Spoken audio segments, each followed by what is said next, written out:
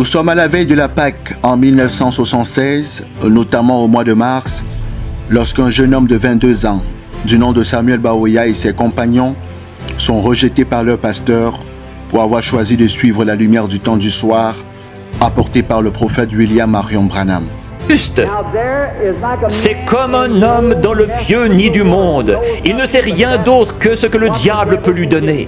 Mais un jour, Dieu le prend et le dépose à l'ombre dans un vert pâturage. Il est dans la joie, il est libre. Le jeune Samuel Baoya, chéri au cœur de son pasteur, est amené à choisir la vérité du temps du soir ou les credos dénominationnels.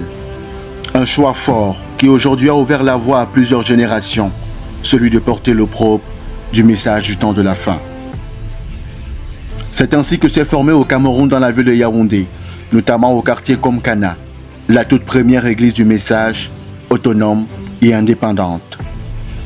Cet événement marque la première exode des croyants du message au Cameroun. Quelque chose de très curieux.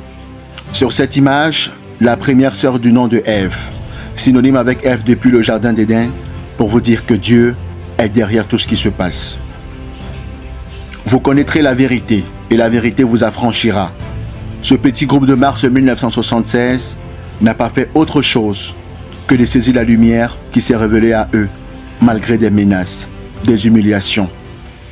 50 ans aujourd'hui, nous parlons du jubilé. Comme on dirait, Ebenezer, jusqu'ici l'Éternel nous a secourus.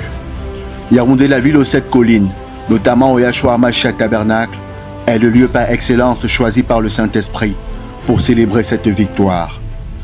Si je dois vous dire quelque chose de plus pour cette Pâque jubilaire, est que les absents pourraient avoir tort.